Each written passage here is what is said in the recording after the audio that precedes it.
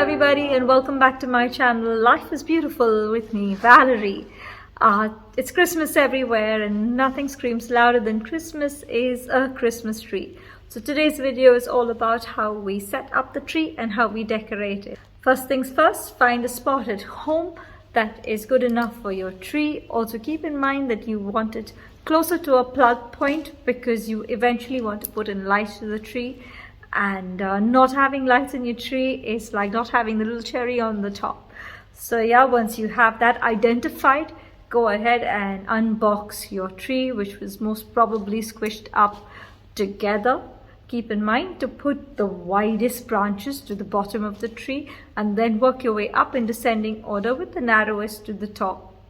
I know this sounds fairly common sense, but believe you me, a few years ago when we were a little younger, my siblings and me went ahead and put the widest branches to the top of the tree and the narrowest to the bottom, and we had a fairly obnoxious looking tree.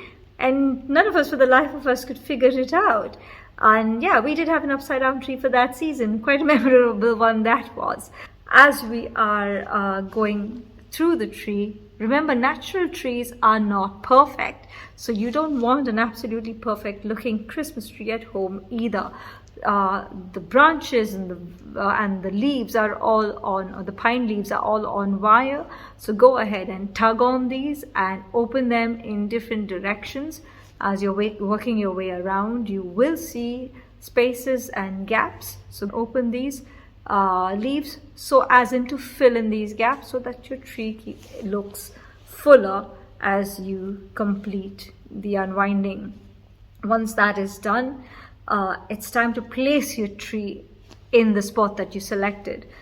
Now I have a tree which I feel is a little too short, so to create an illusion of height, I go ahead and take boxes or books or whatever I have around the house. I form a base for my tree, and once I'm happy with the height that I get, I have some red organza and silk tablecloth, and I cover the top of that base.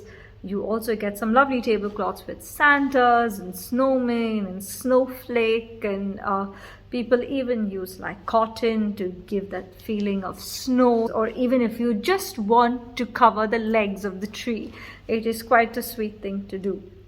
Once the base is formed, I place my tree on top of the base so that all the four legs of the tree are on the base, sturdy, and the tree is not wobbly at all. The next to do is put in your lights. Before you put in your lights, if you're using lights from your previous years, please go ahead and check if all your strings are working. Once you put in your lights and then you put them on and then you see, oh my god, it's not working, it's quite tedious to take this down.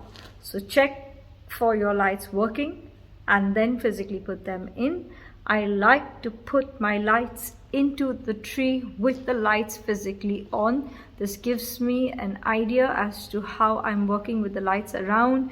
If I'm missing spaces, if there's too much in a certain area, and I keep adjusting and readjusting till I reach the top. I also tend to push the lights a little into the tree and not hanging out from the sides, because I find these wires dangling all over the place and it looks a little untidy. So I like to push my lights in and work my way up. Once I am satisfied with how the lights look, of course, it's nice to mention that you get different types of lights now. You have, of course, the steady lights, you have the twinkly lights, you have these strings of lights where you have like LEDs, and every 4 or 5 you have like a little twinkle on the light. Now when I put my lights up, I prefer the steady yellow warm light, just because that is it's very simple to look at and I like simplicity. With the twinkling ones, what happens is different strings, the timings sometimes are not the same, and especially if you're buying year over year, you don't get the same sort of brand or same sort of lights that you had from your previous year. So what happens, they don't match up, and then when you put them up on your tree, you'll have like one area of the tree is lit and the rest is dark, and then another area gets lit and the other is dark, and so on and so forth. With the warm yellow lights, you tend to get the same thing, even if your lights are not working at any point in time. If I have to replace, it's easy to replace. So once that is done, and I do also have these strings with a little twinkle here and there, so you don't have to, it's not too flashy, but it does have the little twinkle effect, and I think that looks fairly sweet. Before you put up any other ornament, I like to put up my star. If your tree is tall, or you have to get onto your tippy toes to reach the top of the tree, what happens is when we go to put the star, we tend to tug on or cling on to the tree, and if your ornaments are already on, everything begins to wobble around. So I prefer putting my star at the start. I see lots of people like to add fillers to the top of the tree also. Now the fillers are just simple ornaments on a sprig, and when you have 3 or 4 of these sprigs bound together, you get like a cluster of these, and these become fillers. Lots of people like to add that to the top, and they sit the star right in the center, which I think looks really, really amazing. It's very pretty to the eye. So if you like to do that, go ahead and put your fillers to the top of the tree in the beginning already. Then we come to the actual ornaments of the tree. If you have big baubles, what I like to do is just go and put them into the tree directly without using the little string or the loop that is provided. If you just place them in correctly, use the branches to support them, and they stay in fairly firm. There's no need to hang them unless you're hanging them more towards the out of the tree. So you can just put it on and try and wind them up onto the branch. By winding them up, the bauble goes closer to the branch without seeing too much of the string hanging. Go ahead and finish decorating the same way. Try and place some ornaments in the tree, some ornaments outside.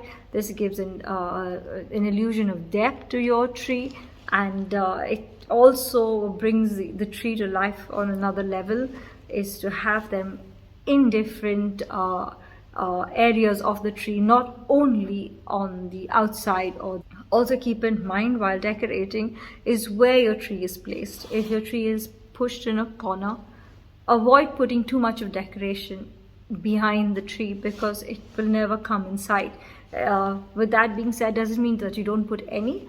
Do put a little bit, but not too much. Likewise with the lights, the only thing left to do is to decorate and to put stuff under your tree. Don't leave that empty.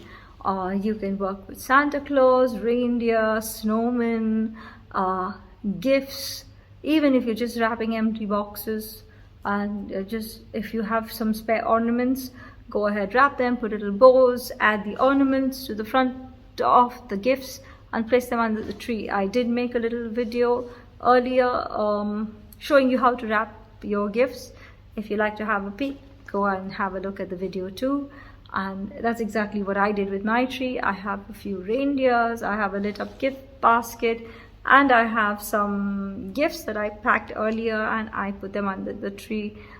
If you have like Santa with a sleigh, there's nothing as sweeter than Santa with a sleigh under the Christmas tree.